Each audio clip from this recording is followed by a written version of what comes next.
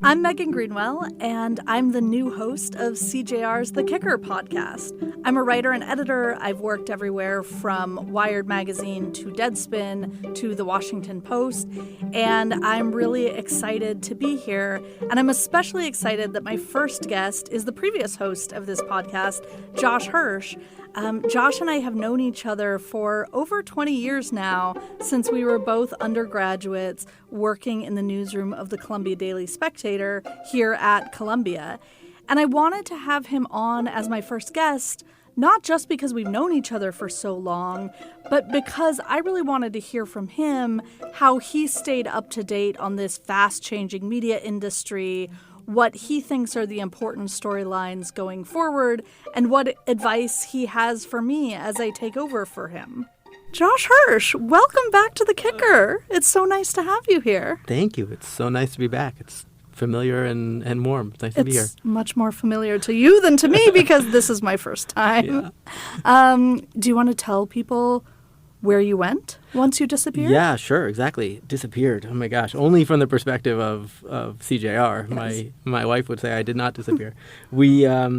I had a child is one thing that happened. Congratulations. Right around the exact time that I left CJR. It's not the cause, but it is a major event in my life. And then I got a job at what is now called MS Now. And I'm working on the standards team there, which is very, very fun. We're having a good time. That's so cool. Yeah. Well, we're really thrilled to have you back. I feel very intimidated taking over from you. Oh my God, no, get out of here. No, I do. And I also feel like this is a real full circle moment because we overlapped for like a minute. I remember. At the Columbia Daily Spectator, the undergraduate newspaper here. Right. And the part that you don't know is that you were a couple years older than me, and you were like this really legendary figure in my mind. And as far as I remember, I only edited you once. And I was a freshman. I think I was a freshman news editor, and you were a junior or a senior. Okay. And you would like come in every once in a while and write this big, beautiful article and then disappear. I remember it with like a degree of shame because I was like, I don't want to go to the Spectre every day and be there until 4 a.m. I'm just going to write when I feel like it, which is like such an obnoxious thing to do. So that's how I remember that. But it was so great because you were writing like these beautiful things where everybody else was writing like the university senate meeting or whatever it was, and you would come in and write like true features. And so the only story I ever edited of yours, I actually have to read a little bit from this story because I found it really sort of transformational. So this was a profile in the spring of 2004 of a local minister and like colorful character in Morningside Heights named John McCandlish Phillips. Do you remember this? Yes. Okay. Who was also, minister and reporter, right? Yes. Yeah. So he had been a New York Times reporter. I remember being so enamored of him. He was the color guy at the Times. Like he would come in and do the like day 2, 3 story after a major event and fill it out with all of this sort of color and interesting. Like he was a beautiful writer. He was a beautiful writer, and you were a really beautiful writer, especially by the standards of like college newspapers writing about the university senate. And so I'm like a freshman baby editor. Oh gosh. I get this article that is 10 times longer than anything I've ever edited, and I know nothing about features. And I didn't grow up with like magazine writing. Like that was not a part of my upbringing. And so I didn't know exactly that writing like this existed. And so there's this part in the article where you write, one Sunday in 1950, Phillips attended church, as he had been routinely doing for the past 10 weeks. The minister spoke of the forgiveness available to all through Christ and asked if anyone would be willing to acknowledge his sin by raising a hand. Without thinking, Phillips raised his. Something occurred within me instantly, he recalled. I was transformed in that moment, and it has lasted to this very hour. When Phillips left the Army 2 years later, he boarded a train back home to Boston. As his train pulled into Penn Station, however, Phillips heard a voice in his head say, "Get off the train." That night, still wearing his military uniform and unsure of what lay ahead, he checked into a small hotel near Times Square. And I was just like, I didn't exactly know that writing like this existed or existed outside of like novels. And so now I'm a magazine writer. Like that is what I do. And I'm not kidding when I say that this story had this effect on what I understood that a journalism career could be. Wow. And it has really stuck with me to this day.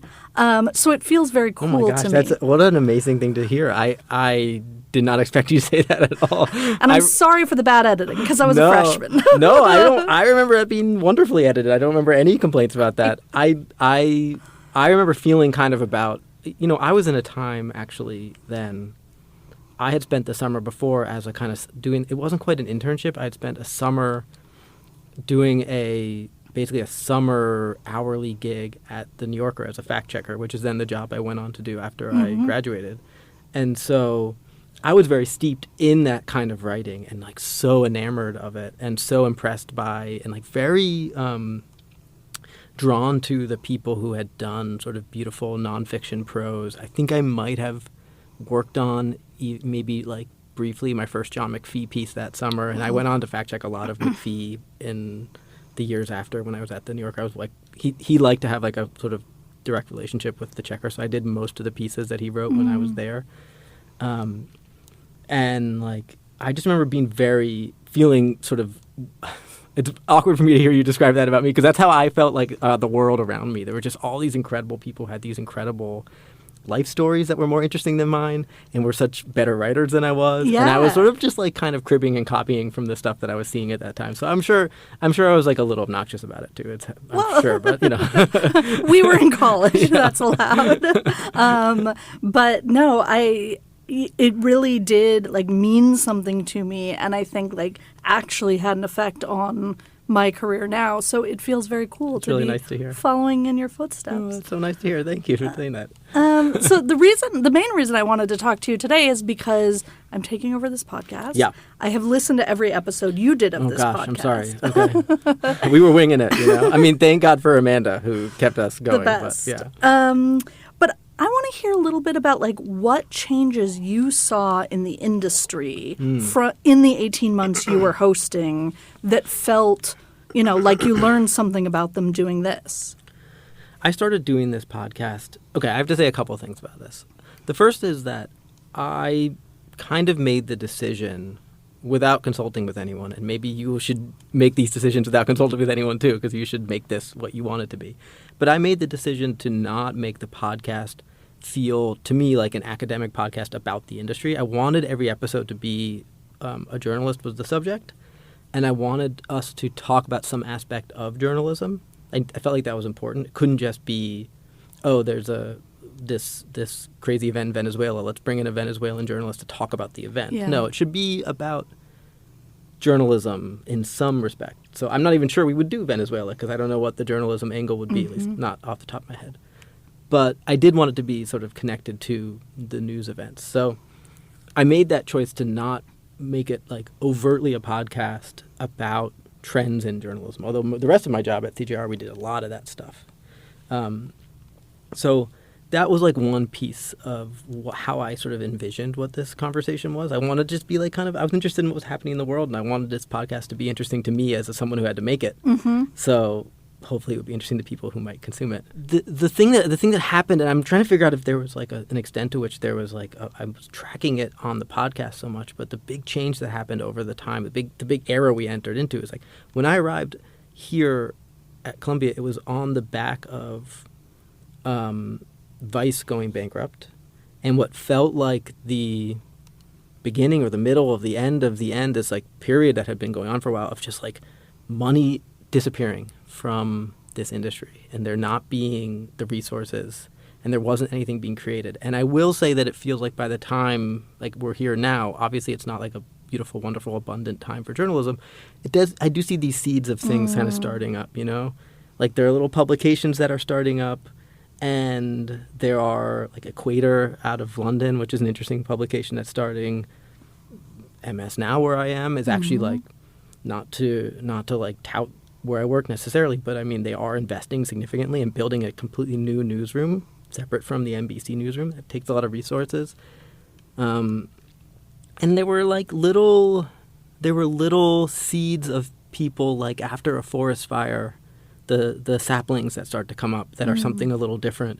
there were lots of those things happening throughout the industry, and that was always super, super interesting to me. And like, I wanted this podcast, I wanted CJR as much as possible to not just sit around and bemoan the thing that was there before and is gone now, but to kind of actually say, okay, well, what is happening here? Because people are still making news. People are still consuming news, whether they call it news or not. They're consuming journalism, whether we identify it as journalism or not. And so that to me was like a super interesting thing that was happening throughout the time that I was doing this podcast. And I'm not sure that we had like Molly White on at some point to talk about crypto.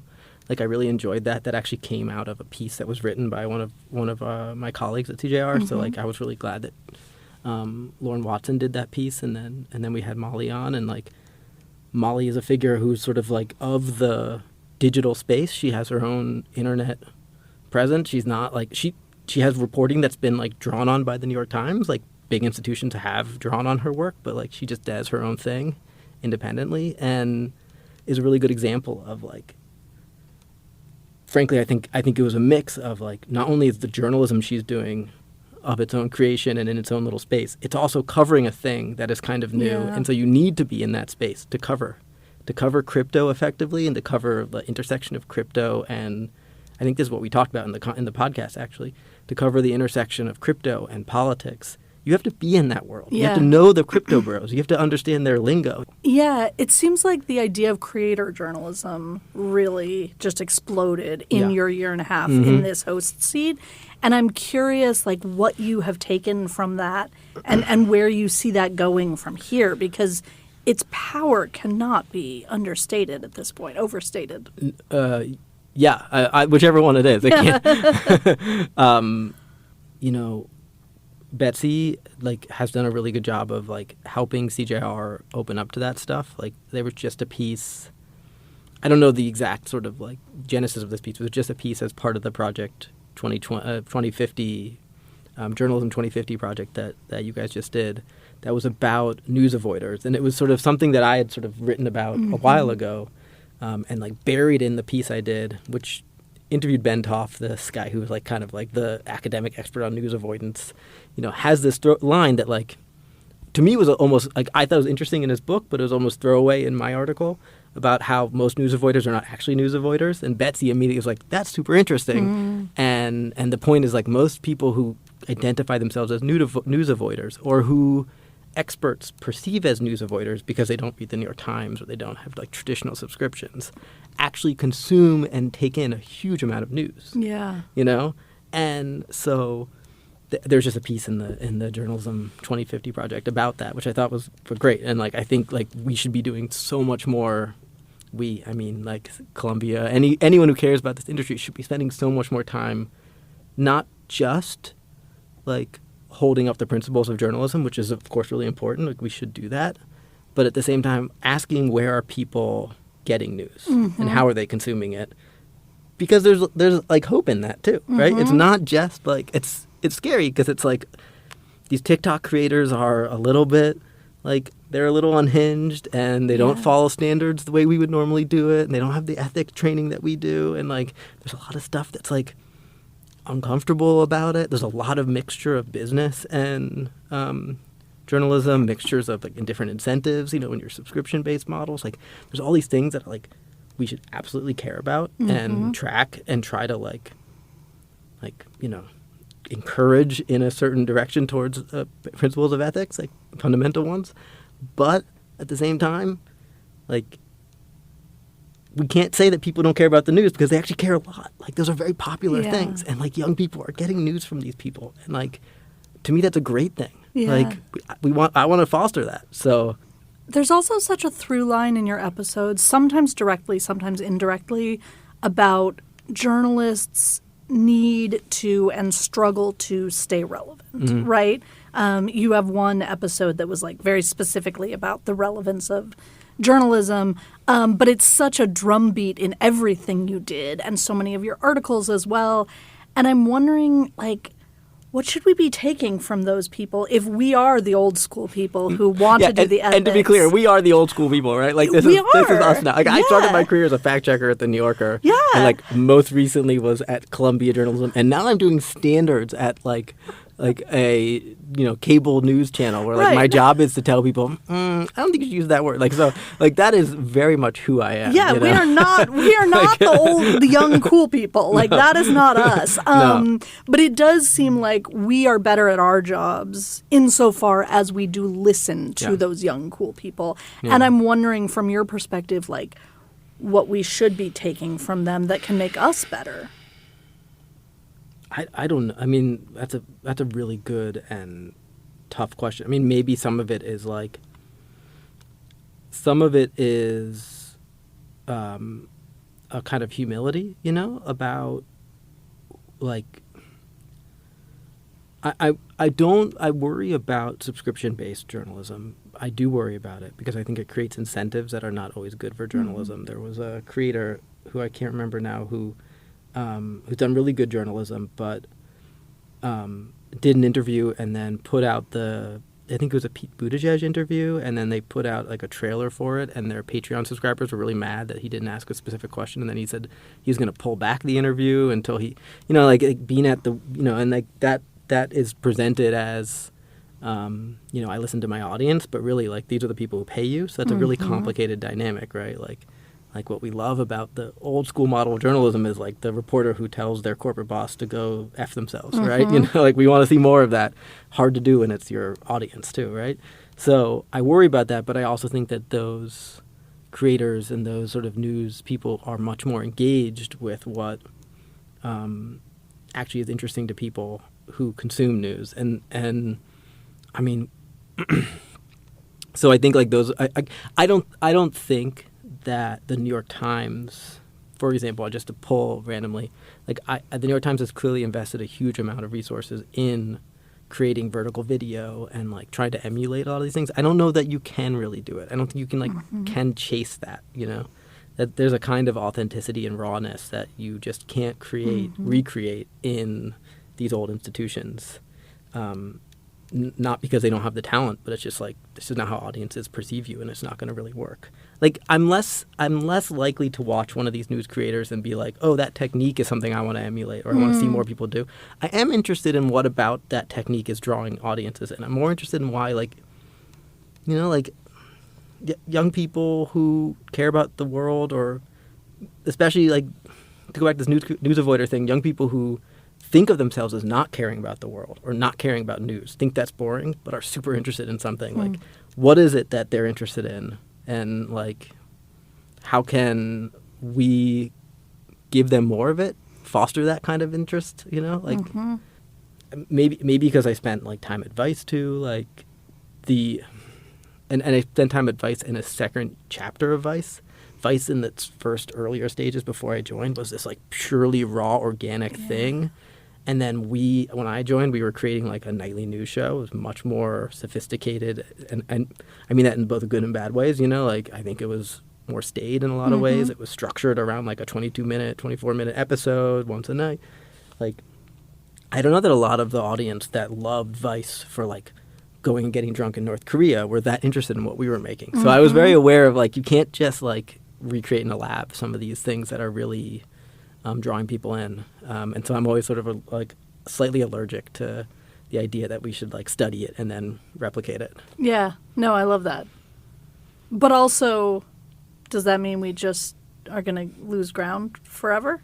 Yeah, of course. Okay, cool. But I mean, like, I don't know. Like, that's not the end of the world. I mean, like, I do think that like someone like Andrew Callahan, which is like what channel something. I'm gonna someone's yelling at me for getting this or not knowing this. Someone's like yelling at their YouTube channel right now. Yeah, but like like come up with it. Is a great interviewer. And like is really good at it, and but there are and it's really engaging, and you get really interesting guests, and you ask them really probing questions. I think Vice, for example, like often asked better questions than like the sort of professional networks might do, because I mean I'll never forget like when Megyn Kelly had this like briefly lived NBC show, right? She had been on Fox, and then NBC poached her for a while to do this like Sunday night 60 Minutes competitor. And like the second episode or something was an interview with Alex Jones. And they put out the promo reel for it, and it was like a disaster because like everyone was so upset that she had clearly had like not asked a tough follow-up to something about Sandy Hook or something, you know, one of his like really, really awful conspiracies. And they had to re-edit it like rapidly between the promo day, Friday and Sunday, whatever. I mean, the details might be like quite not exactly right. Like a few months before, Michael Moynihan at Vice had done an Alex Jones piece for us.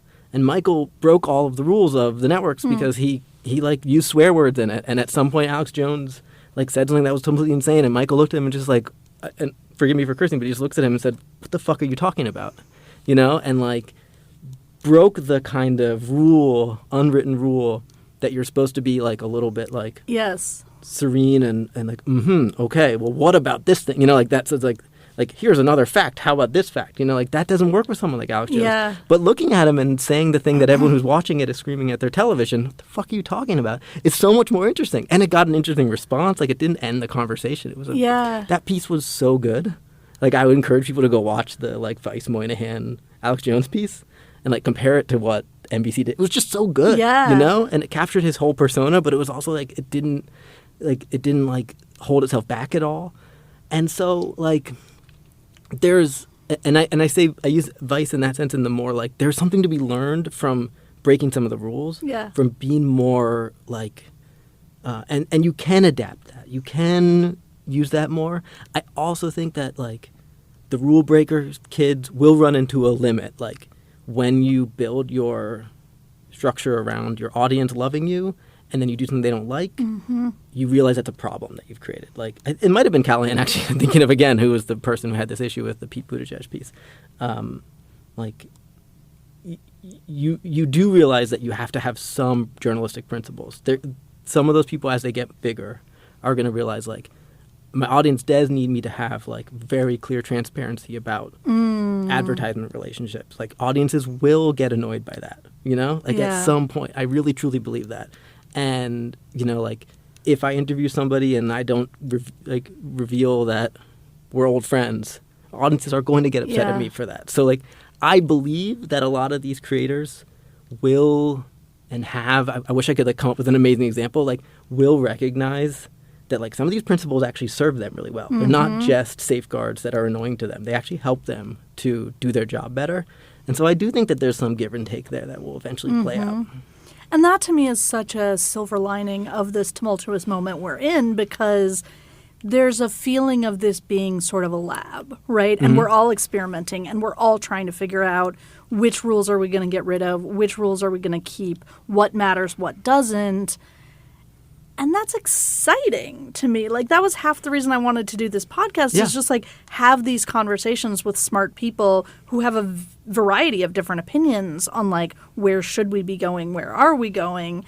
But it's fun to experiment, right? I think, and it's the only reason to do any of this, you know? Like, it's why I shaped the podcast the way it was, because I wanted it to be interesting to me to create, you know? And it's why I consume a lot of, like, news on TikTok, because it's enjoyable to consume, and I'm interested in how they're doing it. And, like, we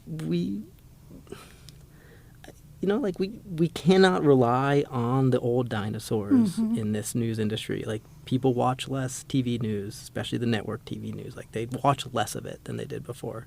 You know, like these are things that are evolving in ways that like we don't have control over. And so like seeing what's happening and what's working for people and how they're reinventing things is super fun for me. I don't know. I think it's a fun thing to get to do. So I'm excited for you that you get to do this. I'm thrilled. Yeah. What are a couple storylines that you regretted not getting to cover or that you would want to cover now? Basically do my job for me here, Oh my gosh. I have some regrets about things I didn't get to do quite as much as I would have liked to. I honestly didn't feature as many of these young people on this podcast as I would have liked to, you know. I also brought one of my own like personal biases, like of interest biases into this, which is that I think TV news is still undervalued and still really good. Like there's really good TV journalism, you know, both in the sort of prestige documentary world, but also local television news. I think it often gets overlooked in like classic institutions like this, you know, and I didn't, like when I came in and looked through like CJR archives, like there wasn't quite as much reporting on that as I would have, like, because having just come from Vice, right? Like I just was like, I came to Vice with this sort of New Yorker legacy bias about TV being like kind of a lesser form, and was just like immediately corrected that this is like ridiculous. It's like technically so complicated. Yeah. It takes skills that are like so hard to do, and audiences, like setting aside this conversation we're having about like the TikTok generation, like audiences like watching stuff, like and if you do it well, you can communicate, like you can convey a story that maybe was written in the New York Times, but like in a way that like provides emotion and visuals and like a sense of immersion that like you don't really get anywhere else. So like there's incredible value to it. And some of these, like I've talked to Kyle Clark from Denver and Phil Williams in Nashville. I had both of them on. Like both reporters who I like admire so greatly for being like steeped in their communities, for in a way that like honestly is I guess like organic to what we're talking about. Like they call bullshit when they see it. You know, they have standards, so they're not allowed to say those words, but like they do that. Like they're really direct in a way that like someone who is on a national level might not feel comfortable doing, because they often know these people. Like they'll say it. I remember when I was watching all this Phil Williams stuff before doing my interview with him, like there was one like really tough interview he did with someone, and like you could tell halfway through the interview that this is a guy he has talked to for like the last 20 years. You know, so he's having a conversation that like could have been pulled out of like, you know, Vice or whatever, like, you know, like confronting someone directly and being like, you know, what the hell are you talking about? And then at the end it's like, yeah, okay, I'll see you next week, you know, like we'll do this again. And not in a way that's fake, in a way that's like, we have a mutual respect, and but that gives him this permission to be like really tough on him. And it's a relationship that like I don't know, you watch that and it's just like there's so much richness to that. Like I think that like I would love, like if I was still doing this job, I would love to continue to do like highlight more of those stories. And there's like, you know, not to be like trite about it, but there's something really nice about sitting in Columbia in New York and celebrating reporting that's happening by local outlets and like student journalism, things that actually is really, really valuable for our world and for journalism, and using this platform to do more of that. So I think like exploring these avenues where stuff is happening that's new, and the laboratory piece of it is really great, but also using this platform to lift up things that don't get the kind of attention. And the other thing that I wish I did more of, honestly, is making use of the other work that's done at CJR, because like Molly White was someone I didn't know until Lauren did her piece on it. And we did a piece about a Spanish-speaking newspaper in Iowa that like we had, you know, Jack Herrera did a profile, and I had not been aware of this, and then we had her on, you know, like, and like, you know, there's incredible stuff that's happening, and so I would say don't feel like you have to do it all on your own. Like it makes the job much harder. Yeah. No, I love that. That's super helpful. Last question for you. What did you have to learn the hard way about working in media that you wish somebody had told you earlier in your career? I mean, you know what comes to mind, because my wife is not a journalist, is that journalists, when they're together with each other, are really boring to other people. That's such a good one. I'm really, really glad that my wife is not a journalist, because she's just like, can we not do this? Can we not talk about journalism again at this like dinner party, like for the night? When we first started dating, actually, like we would sort of have a she asked me like she was like, could we maybe like tell everyone to have like a 10-minute time limit on the journalism talk when we go, you know, because it is, you know, it is a little bit of a cabal, and we also tend to have the same conversations over and over again. That's really true. So that's what comes to mind. It's not that helpful. It's more about personal stuff. That's great advice. And the flip side of that advice is always marry a non-journalist. Definitely always marry a non-journalist. Josh, thank you so much for doing this. I'm so, again, just honored to be taking over Oh from my you. God. Well, I'm so excited. You're going to be amazing. Like everyone Thank you. listening is and watching, this is an innovation. We didn't do this. I didn't have to comb my hair when we're I made the innovating. podcast. So, like, I'm, good luck to you on that. Thank but you. I will definitely be watching and listening. I'm very Oh, excited. thank you, Josh. And I'm going to be watching a lot more MS Now. Please do. I will. Yeah. The Kicker is a production of the Columbia Journalism Review. Amanda Dara is our producer, and I'm your host, Megan Greenwell. You can subscribe to us wherever you get podcasts, and please do. And we'll be back with you in 2 weeks.